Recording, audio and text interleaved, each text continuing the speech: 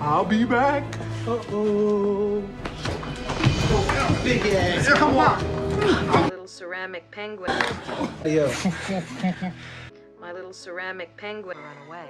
I know he made that sign telling me not to, but I had a counter plan. A really good counter plan.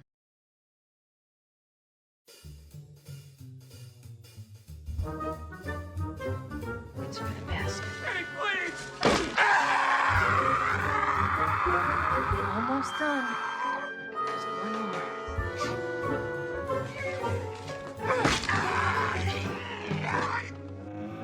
What's up, guys? This is Rudy, and this is Smiley Face, starring Anna Farris, which I, again, like Screwed, I saw in my youth, and I really enjoyed and completely forgot about it. Was the rewatch worth it?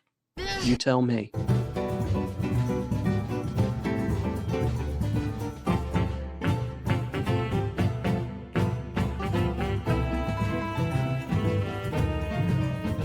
I'll be perfectly honest. I was not a fan. Shocker. The bitch! The evil one reigns supreme!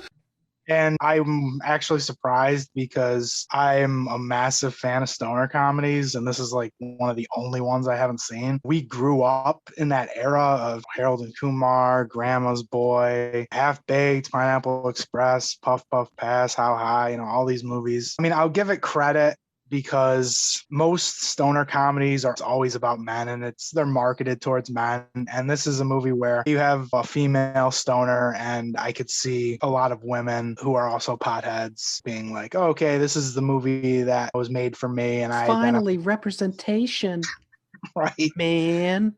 That's a valid thing because there's just like a million pothead movies where it's only the guys who are potheads basically, and women are just like, They're just the hot ones in the corner with a martini or something. Hey, fellas, let's beat these bitches! right. It just reminds me of like Knocked Up when Katherine Heigl is like screaming at Seth Rogen and telling him to go fuck your bong. This is a movie where it's like all the stoner chicks out there. This is a movie you can identify with and laugh at. It doesn't work for me, but I'll give it credit for that. I enjoyed this movie immensely. I find it a stoner comedy mixed into a horror movie, which I really enjoyed. I thought it was really funny. It brought back some very painful memories. I empathize wholeheartedly with her for wanting her kick-ass bed to remain hers.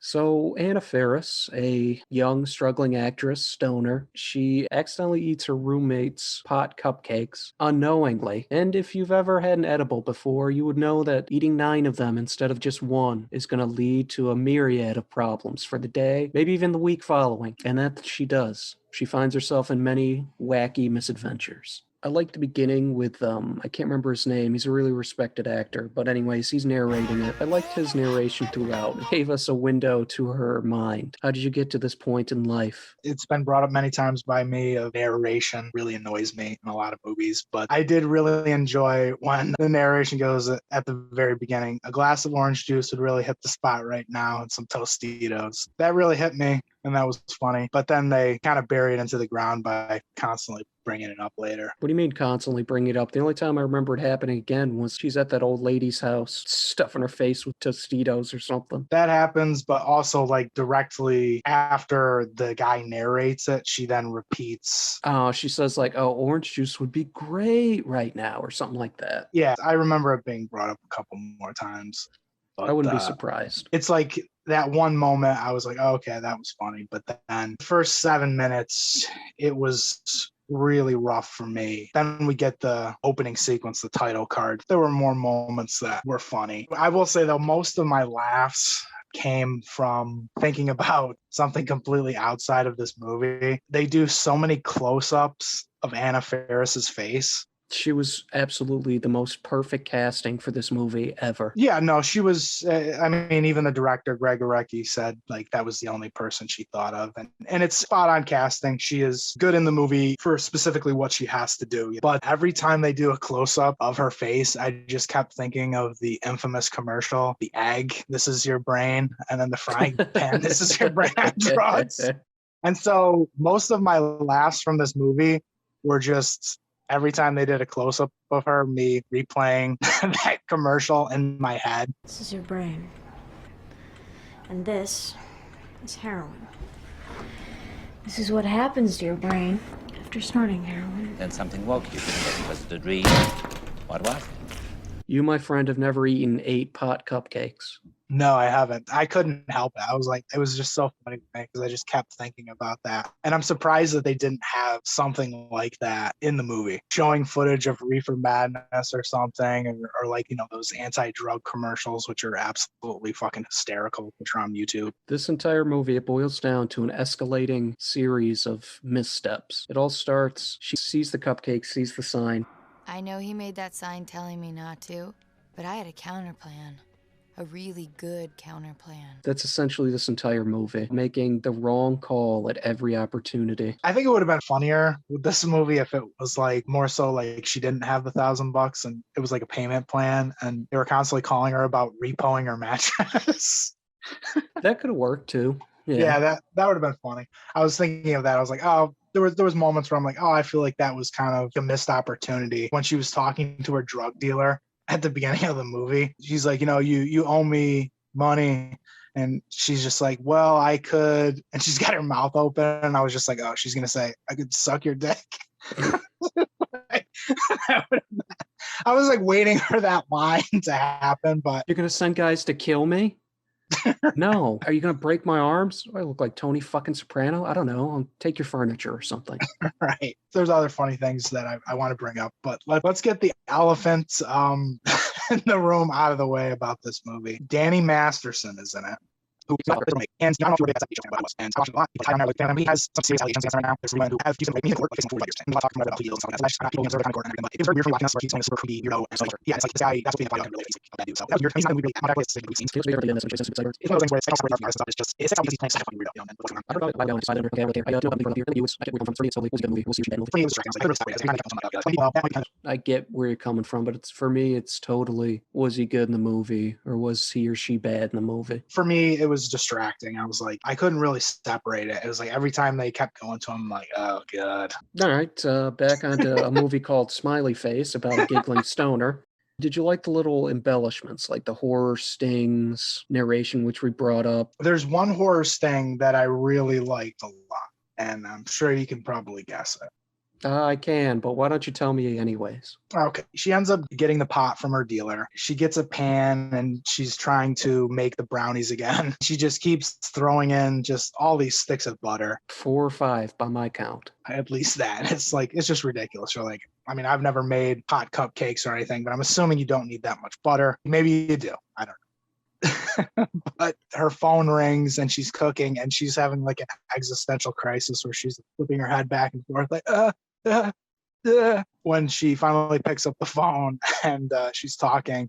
The horror movie, like almost like Bernard Herrmann Psycho score, cutting back to the pan filled with burning pot it's hysterical. That is really fun. That really worked for me. That was probably my favorite moment of the movie. My favorite of the sort of horror elements, I think, was probably the dentist's office. You've seen it before, but all the noises keep building. She runs out. There's like one of those dudes who has like a weird mustache, and she just loses her shit. She comes back in and just lays her head down and just rocks like a baby. Once John Krasinski enters the movie, that's when I'm kind of like, oh, that's sad. That's depressing.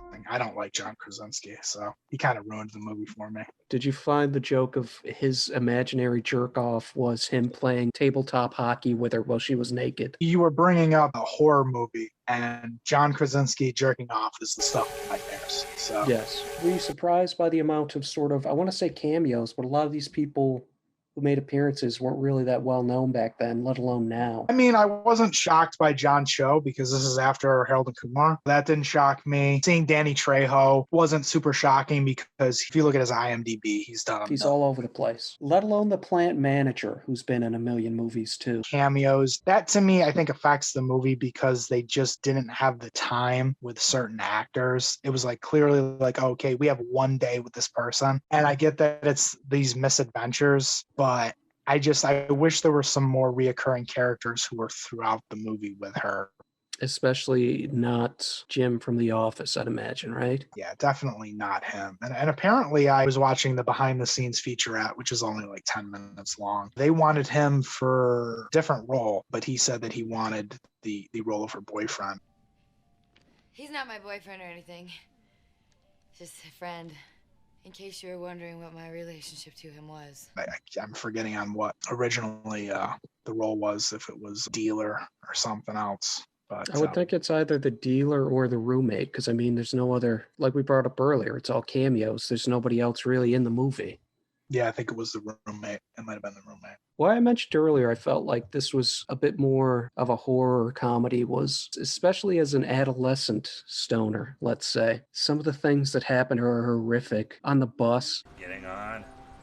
I've never ridden the bus in LA before. This is gonna be fun. Hey!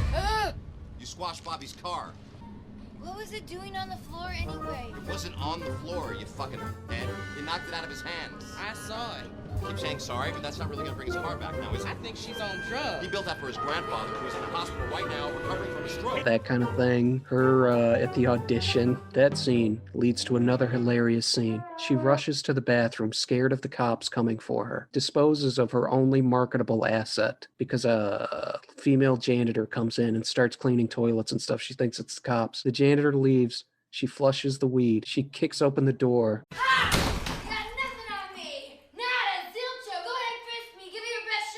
I thought that was really funny. The woman is just ice.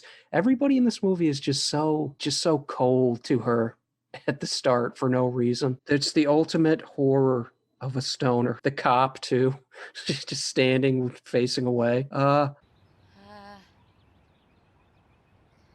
Christy? You don't sound too sure of that. Christy. Oh, Jesus Christ. Jane! Yeah? Her name's not Christy, it's Jane. I don't even know why you're doing that. Yeah, the whole paranoia of the cop thing. I don't know. It's like even when she's at the audition and she's just trying to sell people weed, this dried government weed that she has. Like, I get it, but it's like, I don't know. It's like I've seen this before.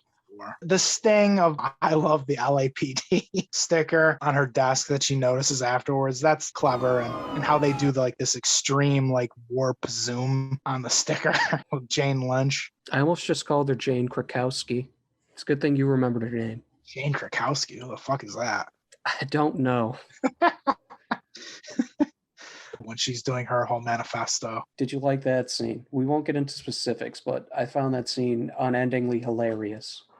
You thought it was unendingly hilarious. As soon as she goes to what really happened vision, it just keeps going on and on. It's just like, The profiteering cowards who dishonestly hide their dirty business. You tell your people that. This situation is totally fucked. With a capital. Do you like even?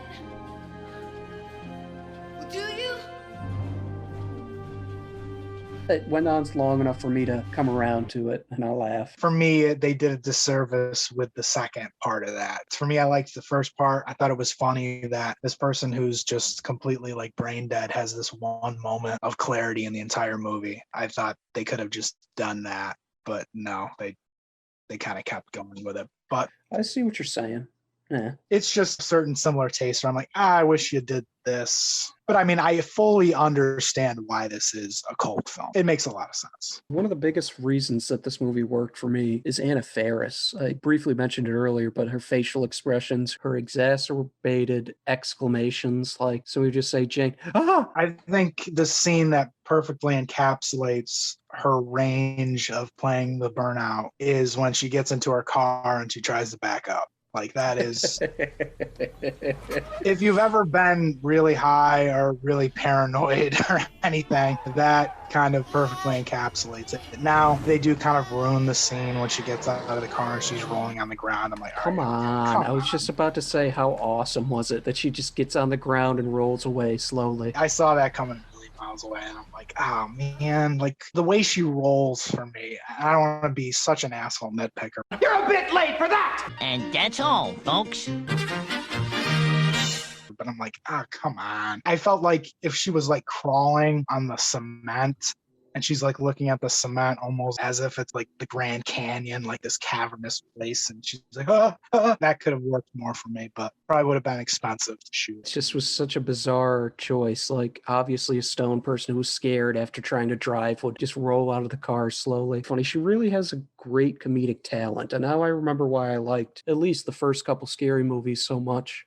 Right. She's a really talented comedic actress. Anna Faris is good. She's got good timing. Like you said, she's very, very expressive. I think without her, the movie's not going to work. So for me, it's not a recommendation for me. If you love stoner comedies and you've never seen this, sure, give it a go. If you're a woman and you're into stoner comedies and you've wanted to see one that represents you or whatever and is more, you're probably going to really like this. I'd recommend it. I agree with you and I disagree with you on that women enjoying part. I sort of saw this as her sex. It didn't really play a part at all. I just saw myself as a young stoner making bad decisions up on screen. I'd recommend it. If you smoke, definitely watch it. And if you just like comedies, definitely watch it. From watching the behind the scenes featurette and hearing the writer of the script, the reason why he wrote it was there wasn't any stoner comedies with women. And that's why Greg Arecki wanted to direct the movie. That's all I'd say on it, is that the writer and the director, the fact that it was a woman in the lead was the reason for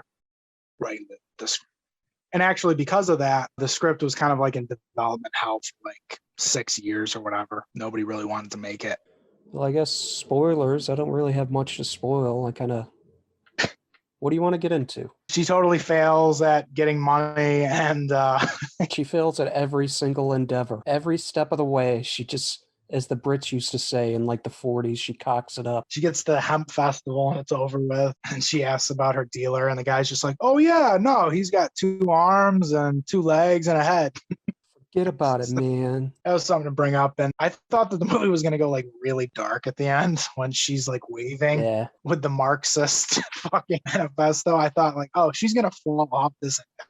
Well, they played it up like that really big. They played like that sort of, that music where it's like, oh, we're at the precipice. Everything's going to change right now. And it went on for a good 30, 40 seconds, maybe even a minute or two, where she's just sort of dangling on the side of this Ferris wheel. They drag it out big time. And I'm like, I would have given them a lot of credit for killing her. I was thinking that as I was watching that. I was like, I bet you he would have liked it better. And I think I might have too if they had the balls to actually kill her.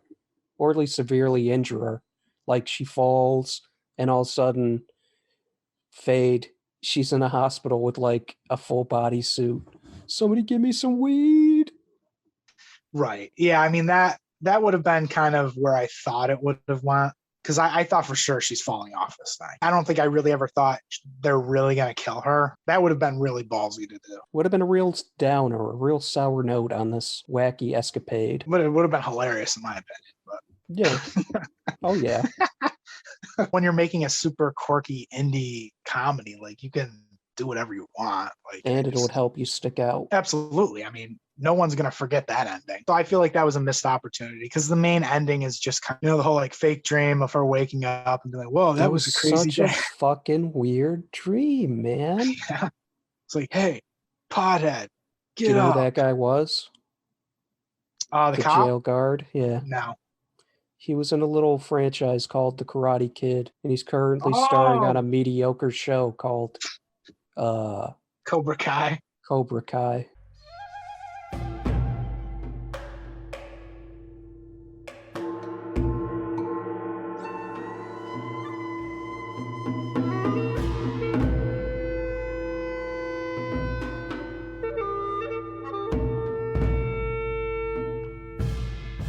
Oh, really? So that was, yeah. Something that was, Zepka. It's like I said earlier, it's like there's so many cameos, but I don't know if you can really call them cameos because they weren't like big stars, you know? They were just like Jane Lynch. What was she in up to that point? 40-year-old virgin and knocked up, maybe?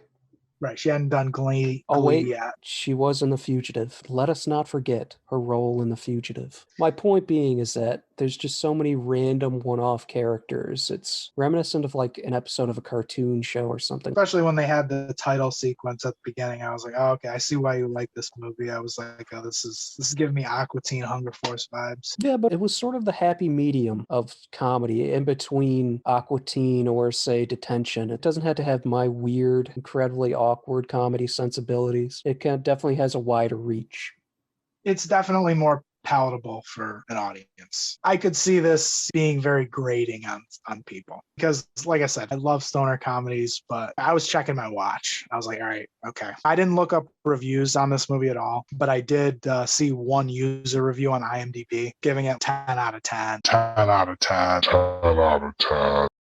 And he was just like, I don't get why everyone's giving this a low rating. People are saying that it's boring. Well, I'll tell you what, Half Baked, that was boring. And I'm just like, all right, just what are we doing here? You're either a troll or you love the movie, and just understand that not everybody's going to love the movie as much as you. Right. It's like, dude, come on. Half Baked is a classic, and you can't call Half Baked boring. Like, get out of here. Like, stop it. After that, I was like, all right, okay. I'm not going to look at any more user reviews because it's clearly one of those movies where it's like either you It's going to really be 10 out of 10 or it's going to be a 2 or a 3 or something. Right. Yeah. It's one of those where it's just either it's your cult movie, it's your jam, or it's like, yeah, I'm not. So are there any spoilers you want to get into? Like It definitely took some strange turn. She was like a summa cum laude economics student. She took like Marxist theory. Somehow she ends up with like an original copy of the Marxist manifesto.